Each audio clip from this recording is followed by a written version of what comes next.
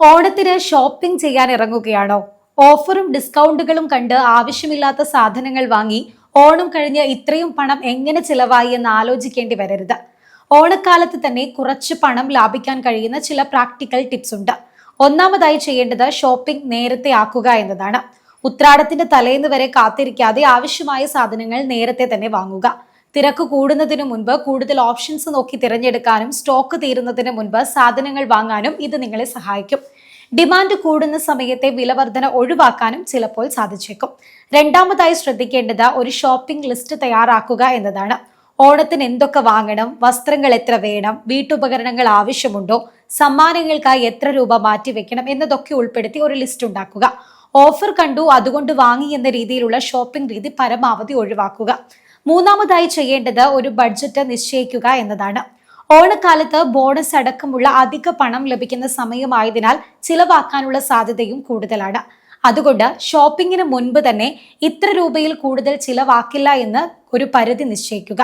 പ്രത്യേകിച്ച് credit card ഉപയോഗിച്ച് ബഡ്ജറ്റിന് പുറത്തേക്ക് ഷോപ്പിംഗ് നടത്തുന്നത് ഒഴിവാക്കുക. നാലാമതായി ശ്രദ്ധിക്കേണ്ട കാര്യം ഓഫർ കണ്ടാൽ ഉടൻ സാധനം വാങ്ങുന്ന പ്രവണത ഒഴിവാക്കുക എന്നതാണ്. ഒരു കടയിൽ ഡിസ്കൗണ്ട് ഉണ്ടെന്ന് കണ്ടാൽ അതാണ് ഏറ്റവും കുറഞ്ഞ വില എന്ന് കരുതേണ്ട. ഓൺലൈനിലും ഓഫ്ലൈനിലും വില താരതമ്യം ചെയ്യുക.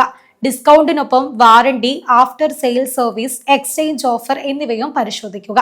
ചിലപ്പോൾ സർക്കാർ, അർദ്ധ സർക്കാർ സ്ഥാപനങ്ങളുടെ ഓണച്ചന്തകളിലും കുറഞ്ഞ വിലയിൽ സാധനങ്ങൾ ലഭിക്കാം. അഞ്ചാമതായി ശ്രദ്ധിക്കേണ്ട കാര്യം എക്സ്ചേഞ്ച് ഓഫർ, ക്യാഷ് ബാക്ക് എന്നിവയാണ്. പഴയ ഇലക്ട്രോണിക് ആപ്ലിക്കൻസ് മാറ്റി പുതിയത് വാങ്ങുന്നുണ്ട് എങ്കിൽ എക്സ്ചേഞ്ച് ഓഫർ കൃത്യമായി പരിശോധിക്കണം. നിങ്ങളുടെ ക്രെഡിറ്റ് കാർഡിന് ലഭിക്കുന്ന ക്യാഷ് ബാക്ക്, റിവാർഡ് പോയിന്റ്സ്, പ്രത്യേക ബ്രാൻഡ് ഓഫേഴ്സ് എന്നിവയും പ്രയോജനപ്പെടുത്താവുന്നതാണ്. പക്ഷേ ഓഫർ ഉണ്ട് എന്നതുകൊണ്ട് മാത്രം ആവശ്യമില്ലാത്ത സാധനങ്ങൾ വാങ്ങരുത്. ആറാമതായി ശ്രദ്ധിക്കേണ്ടത് നോ കോസ്റ്റ് EMI കണ്ടാൽ സൂക്ഷിക്കുക എന്നതാണ്. നോ കോസ്റ്റ് EMI എന്ന് കണ്ടാൽ അത് എല്ലായ്പ്പോഴും യഥാർത്ഥത്തിൽ അധിക ചിലവില്ലാതെ ഇടപെടാനാണെന്ന് കരുതരുത്. പ്രോസസിംഗ് ഫീ, ഡിസ്കൗണ്ട് അഡ്ജസ്റ്റ്മെന്റ്, മറ്റ് ചാർജസ് എന്നിവ ഉണ്ടോ എന്നും ടേംസ് ആൻഡ് കണ്ടീഷൻസ് വായിച്ചു പരിശോധിച്ച ശേഷം മാത്രം തീരുമാനിക്കുക. ഏറ്റവും പ്രധാനപ്പെട്ട ഒരു കാര്യം കൂടി, നിങ്ങളുടെ എമർജൻസി ഫണ്ട് ഒരിക്കലും ഓണത്തിന്റെ ഷോപ്പിങ്ങിനായി ഉപയോഗിക്കരുത്. അപ്രതീക്ഷിതമായി ചികിത്സയ്ക്കോ മറ്റ് അത്യാവശ്യ കാര്യങ്ങൾക്കോ പണം ആവശ്യമായി വന്നാൽ ഈ തുകയാകും നിങ്ങളെ സഹായിക്കുക. അതുകൊണ്ട് ഓണത്തിന്റെ ആഘോഷത്തിനായി ഭാവിയിലെ സാമ്പത്തിക സുരക്ഷ തകർക്കരുത്.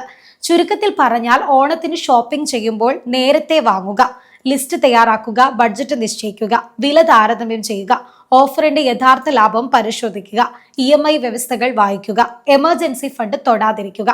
ഓണം ആഘോഷിക്കാം, പക്ഷെ ഓണം കഴിഞ്ഞ് സാമ്പത്തിക സമ്മർദ്ദത്തിലാകാതെ. ഈ വീഡിയോ നിങ്ങൾക്ക് ഉപകാരപ്പെട്ടുവെങ്കിൽ നിങ്ങളുടെ സുഹൃത്തുക്കളിലേക്കും ഷെയർ ചെയ്യാനും മറക്കണ്ട.